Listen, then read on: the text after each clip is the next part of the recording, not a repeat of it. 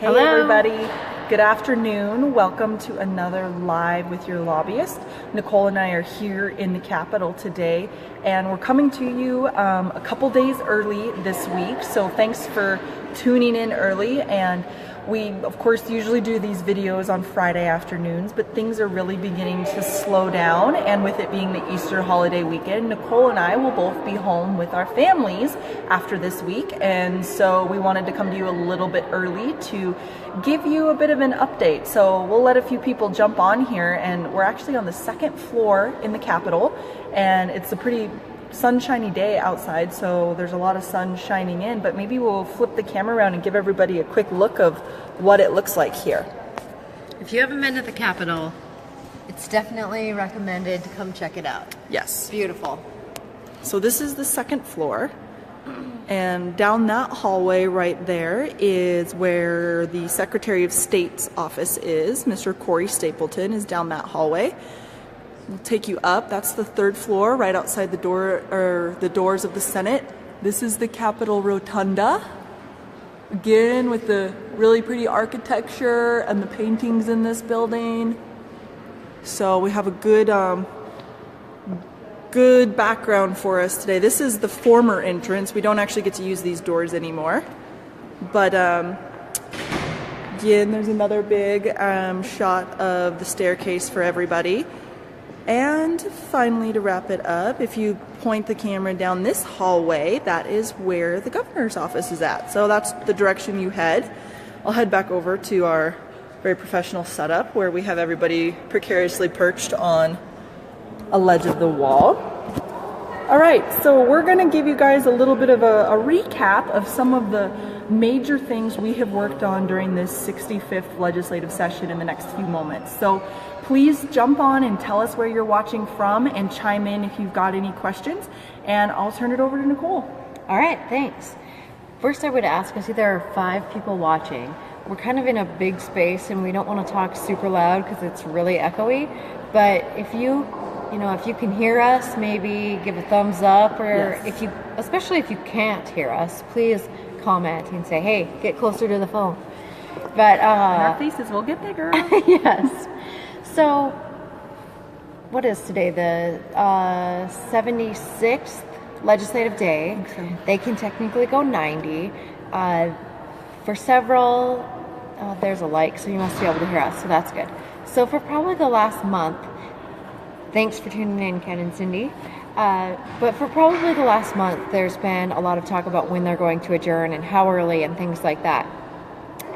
So there was a rumor that the legislature was going to sine die by Good Friday, which of course would be this Friday, right before Easter. About last week, we heard from the Senate that it was actually going to be 2 weeks, so that would be next Thursday, and the House told us it was going to be 2 weeks from Friday. So it could be all of next week, but a lot of that will come down to settling the budget. The infrastructure bills are still at play. Mm-hmm. There's still some tax bills floating around out there. There's quite a few. The aquatic invasive species things are still working their way through the process. A few other bills as well. And so there's still some things going on. Don't think that these guys are all just kicked back. It's just that there are fewer people working on a lot of things intensively, you might say. So Carl, I'm glad you can hear us. Thanks for tuning in. So we kind of tried to condense the things we were going to talk about into 4 kind of subtopics. Might get a little loud here because we see some people walking through the hall, but we'll just kind of go with it. Hopefully it's not too big of a group. So we'll start off with a kind of a short and simple and sweet topic, and that's of the wild bison issue. You probably remember from sessions past, there are oftentimes 6, 7, maybe more bison bills that deal with wild bison in one way or the other. This year there was just one. It was House Bill 419, and it was what we call a bad bison bill. So what it would have done is, I'm sorry, I'm laughing at some comments. one of our viewers thought maybe there were 69 bison bills or 63, which Yes. sometimes it felt like that in I'm sessions willing to bet past. that may have been a toddler, but I'm not sure. Oh, it might have been. Sorry. Anyways, House Bill 419. What it would have done is remove the requirement that wild bison coming out of Yellowstone National Park be considered or be proven to be brucellosis free before they can be transferred to another entity. That, of course, is very problematic from a disease standpoint. It just puts way too much risk on not only the livestock industry, but also for the risk of those bison to transfer that disease onto other wildlife. Just a all-around scary situation. That bill was tabled in committee, so that was a quick answer to that. So I think hopefully that shows that the legislature is starting to understand the impacts of this disease, and we need to keep those bills at bay. So that's a first easy step, or a first easy category to talk about. So that's an example of bills that we were able to stop. So now we're going to switch gears to another category. Yes. So I'll let Chelsea pick which one. Yeah. I will talk a little bit. We'll talk about some of the water bills that we have worked on a little bit this session. The ones that we're still focusing on at this point in the session, there's 2 bills that are still out there. Of course, we've talked about exempt wells a lot in previous sessions, and we're talking about them a lot again in this session. And there are still 2 bills alive that deal in the topic of exempt wells, one of which Farm Bureau supports, and that is House Bill 339, and the other of which we actually oppose, and that is Senate Bill 248. House Bill 339 passed the Senate on second reading late last week. So we were glad to see that and thank the Senate for doing so. Senate Bill 248 was on the House floor this afternoon, actually. We just came from watching the floor session, and it passed by a margin of 10 votes on second reading. So we will be doing a little bit of follow-up with some of those legislators and visiting with them about our concerns. Because when it comes to the topic of exempt wells, the number one most important thing to remember here is that there is always going to be some level of risk to a senior water rights holder as long as a process for an exempt well exists. And that's just the way it is. And that's because that with an exempt well, you meet certain criteria, which are your well pumps less than 10 acre-feet of water a year at less than 35 gallons per minute.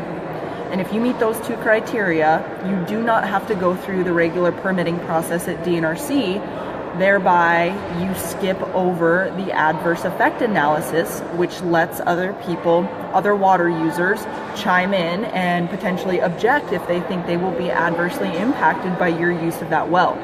We forego the ability to object with an exempt well, which is why agriculture, while we support the use of exempt wells, because we often do utilize them for things like stock water or domestic use on our houses, or we probably pump it to a corral as well, we really need to limit the criteria and the situations in which you're eligible to use an exempt well, because over time, if we continue to just poke holes in the ground, we're going to find our water supplies. People are wondering why we're talking to the wall over here. We're getting a lot of strange looks, everybody. Over time, there could be an effect on water supply if we continue to utilize exempt wells in large densities and in high concentration.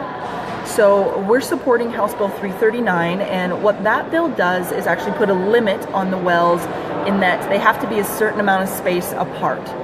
And so it's something that still works for the development community. You'll recall that was a coalition of groups that worked to devise the language for that bill.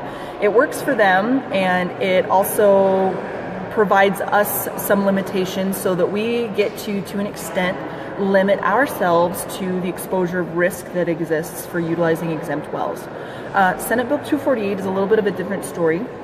That bill utilizes the family transfer process and would allow for an exempt well to be drilled anytime you complete a family transfer.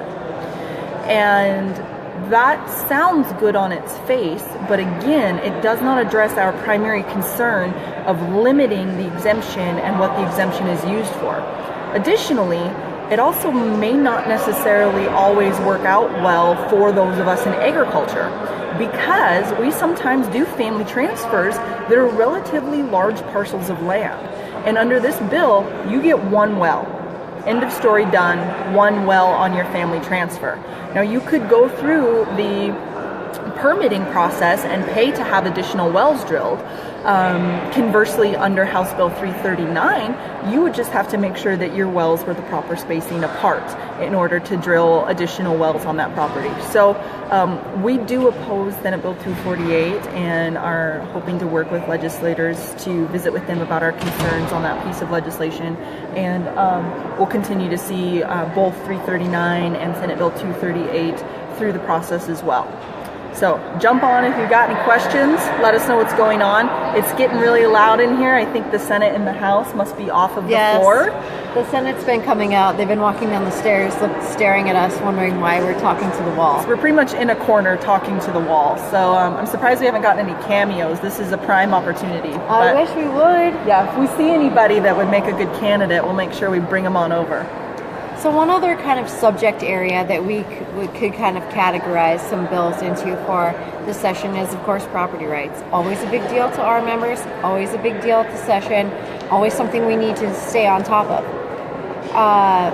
Laura, we're going to get to that. That's kind of our grand finale. Oh, and also, I forgot to recognize, I think we had a comment earlier that we had a viewer from Tennessee. Yes, Lauren is watching us from Tennessee. Thanks for doing that. Hi, Lauren. So, thank you for tuning in from all over, and it's awesome to have someone from another state. Yes. So we're talking about property rights, and there's always lots of ways to look at this. Of course, water rights are a property right, but in this sense, I'm talking about land property rights.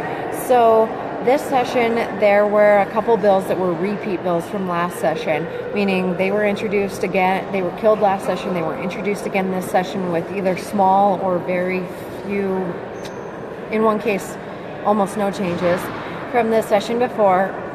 One of them was House Bill 243, which would have made it a misdemeanor for a landowner to allow an outfitter to cross their property, their private property, in order to access an isolated state section, unless they were also letting the general public cross that private property unimpeded. It also made it illegal for DNRC to even lease the state sections to an outfitter, which, by the way, if an outfitter leases a state section, they have to pay per acre to use that land. So this bill is bad, obviously, because it is just it just flies in the face of private property rights when you tell people that they can or can't allow people onto their property. That's one of the most basic premises of private property rights, is to be able to determine that for yourself. So that was our number one opposition. But also, if you look at the fact that it would have reduced the money that the state school trust is allowed to bring in, that is a major problem, and it violates their fiduciary responsibility. So that bill was killed. House Bill 243 was tabled.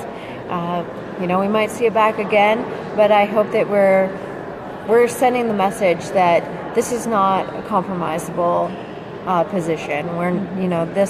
These types of bills are going to be stopped in the future.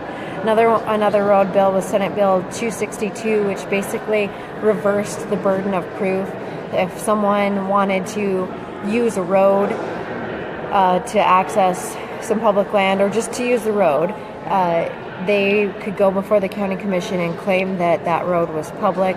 Then that landowner or the road owner would have to actually prove that it was a private road, and they would have to go through, and the burden of proof would be on the landowner to show that that's actually a private road, when in fact in current statute, a person wanting to use that road could go through the motions of trying to get that road declared open, and there's already a process involved. It involves the district court, and it's just a much more reasonable and a much more, it's a better, you shouldn't have to prove something is yours. It shouldn't happen that way. So that bill was also tabled swiftly. That's a repeat bill, though, so watch for things like that again next session. So lots of things in that arena. I mean, and there's also bills that could have been introduced that were not. You know, you only hear about them when they actually fully get introduced. But there were a number of corner crossing bills in various forms drafted. There were lots of bills that we were able to keep at bay before they even had a hearing. So just know that we're always keeping on top of those and watching out for them, and we're going to do everything we can to always protect your private property rights. All right, and now for the big winner. Laura asks, has the governor signed the seed bill yet? So we are going to want to talk about the seed bill quite a bit, and the short answer is no. The governor has not signed the seed bill yet. The seed bill is most definitely on his desk, though. In fact, it was on his desk. So the governor has done what is called an amendatory veto on the seed bill. So this is... Mad face. I love it. This is not necessarily bad news, but it's not overwhelmingly great news at this point. So what he wanted to do in his amendatory veto is to strike it was a very small amendment, and he struck 3 words from our original language. We opted in after meeting with the sponsor of the bill, other people that helped us write the legislation, as well as with the governor's staff himself. We opted to support the amendments and do what is called concurring in the Senate. And so the 3 words that they struck from our original language, thanks for pulling that up. So they wanted to strike the phrase notification of use, registration, 4 words, notification of use, registration, labeling, and marketing. And those are the things that were in the bill that said counties could not do those things. Yes, so keep in mind that now with the governor's amendatory veto, a county could potentially require, if they passed an ordinance, someone to register a seed, to provide a specific label, or to post a sign or complete some type of notification of use based on the crop that they were growing. So there's still a lot of good stuff. There's still, yes, don't panic. There's still a lot of good stuff in there, and we argue the meat of what we need to have in this legislation is still there. Because I do believe that an argument exists that any of those things, a requirement to do any of those things interferes with their ability to cultivate and produce a specific crop. And the big words, the meat that we need, are in this bill. And so also what this does is this really sets us up for a point in the future, potentially, if we see something like this happen, or if a county tries to require that anything that comes out of that county that is a GE crop have a specific label. We've already got the foundation and the structure in statute, and that those small changes at a future date in time will be a much easier, it'll still be an uphill climb, but it will be an easier uphill climb than having to start from square one with nothing in statute. Plus, it's just really great to have a lot of these important things to protect growers on the books. And right. Chelsea sees a question she's going to answer. So Cindy says, and thanks Cindy, good point, is that only the counties with self-governing powers, which there actually are only 3 counties in the state of Montana that have self-governing powers. So that is good. However, the question then becomes, well, there isn't a very comprehensive list in state statute that says counties can't do certain things. So just because they don't automatically have self-governing powers doesn't mean that a county couldn't try to do something like this and then just have to wait and see if the state sues them or not. But it's good to be in good shape. Exactly. So we're certainly not in a bad position with this bill. We're still very optimistic. Got lots of questions. Yes. Yes. So good point. There are a bunch of cities that could do this through zoning ordinances, which we have seen in other counties around the state, across industry lines in the oil and gas industry with fracking and that type of thing. There have been attempts to do that as well. So at any rate, the bottom line is no need to panic about Senate Bill 155 yet, but also don't think, let's not phone it in. So we concurred in the governor's amendments. That was on the Senate floor today. Passed 42-7. Yeah, great vote. Excellent. We concurred them in. It will have to go back to the House. And the House, we're working with legislators there to say, yep, green light, we're good with it. Let's go ahead and put this back on the governor's desk. The only thing there that remains is that then resets the period of time with which the governor has to sign the bill. So after the amendments are concurred in by both the House and Senate and it's returned to the governor's desk, he has an additional 10 days to either sign the bill, sit it and let it sit and become law, or to veto it. So we're not going to have an answer for a while on the Senate bill, which is why it is still pretty important that we need pressure. We need pressure on the governor's office that this is an important issue for the state and for agriculture in the state. And what a better opportunity for an administration to form a relationship with our state's #1 industry. So those are some of the things that we really need to be putting on the governor's desk with Senate Bill 155.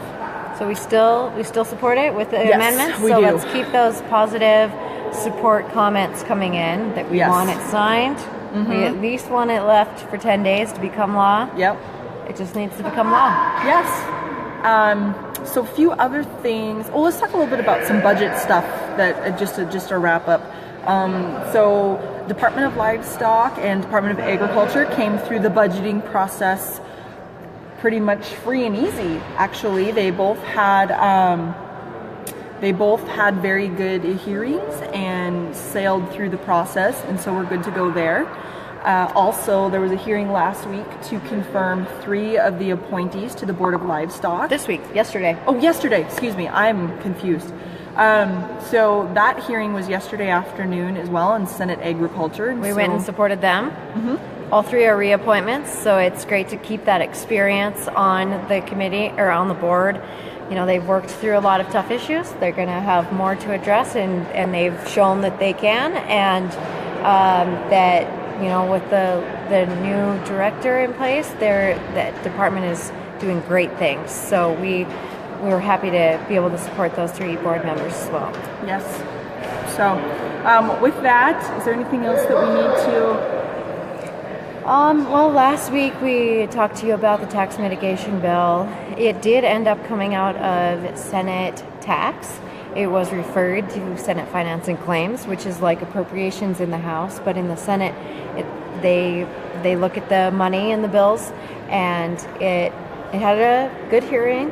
It was clear that agriculture supports the bill and wants to see our tax rates mitigated in order to keep us taxable revenue neutral by class, but it's still in committee.